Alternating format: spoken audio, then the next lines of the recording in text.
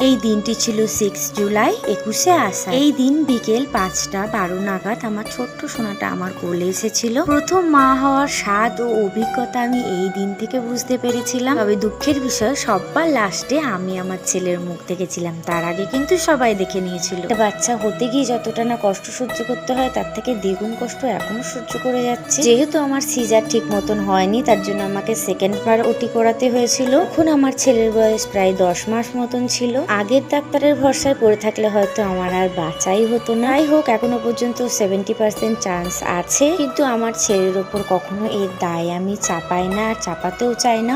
কিন্তু আমাদের সমাজটাই হচ্ছে অন্য রকমের। অনেকে বলে ছেলে মানে বংশের প্রদীপ, আবার অনেকে বলে ছেলে মানে বয়সকালে মা বাবাকে না দেখা। ছেলে হওয়ার কারণে অনেকের কাছেই শুনতে হয় তুমি এখন যা করছো তোমার সাথে পরবর্তীকালেও তাই হবে, কিংবা ছেলেকে একটু বেশি ভালোবাসছো তার মানে পরবর্তীকালে তোমাকে বেশি কষ্ট পেতে হবে। তো আমি ব্যাকডেটেড না, আমি এখনকার যুগের মেয়ে, তো আমার মেন্টালিটিটা অন্য ধরনের। জন্ম দিয়েছি মানেই তাকে আমার কথা সবকিছু মেনে চলতে হবে, বিয়ের পরও সে যেন আমার কথাতেই চলে।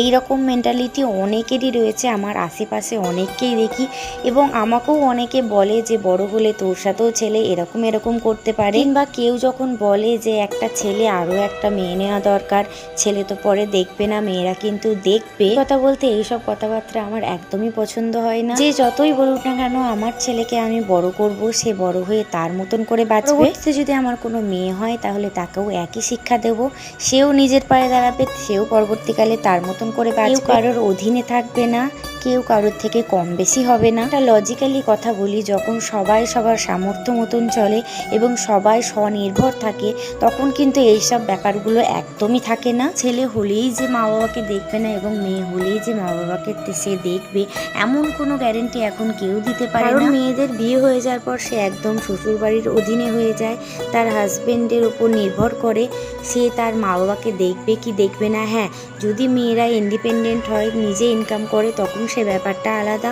কিন্তু স্বামীর উপর নির্ভরশীল হলে একদমই ব্যাপারটা অন্যরকম হয়ে যেতে পারে। তাই আমার কাছে ছেলে মেয়ে দুজনেই সমান। সত্যি কথা বলতে ব্যাঙ্গালোরে যখন আমি জব করতাম তখন বুঝেছি মেয়েদের কাজ করাটা কতটা জরুরি। এরা ইন্ডিপেন্ডেন্ট না হলে তার কোনো জোরই থাকে না। আমি জানি না আমাদের অনেক বড় হয়ে কেমন হবে, বদমাইশি হবে না ভালো হবে, নাকি পড়াশোনা করবে, না অন্যদিকে মন থাকবে, নাকি খেলাধুলা করবে। যেটাই মন বসে ও সেটাই করবে। জোর করে কিছু করাতে চাইলে কিন্তু ছেলে মেয়েরা অন্য রকমের হয়ে যায়। এখন কিন্তু ও প্রচন্ড দুষ্টুমি করে আর প্রচন্ড বদমাইশ হয়েছে, ওকে একদম ধরা ছোঁয়াই যায় না। ও কিন্তু দেখতে আর জেদে পুরোপুরি ওর বাবার মতনই হয়েছে। অনেক বড় হোক, সুখে থাক, এটাই চাইবো। এই বলেই আমার ব্লগটা শেষ করলাম।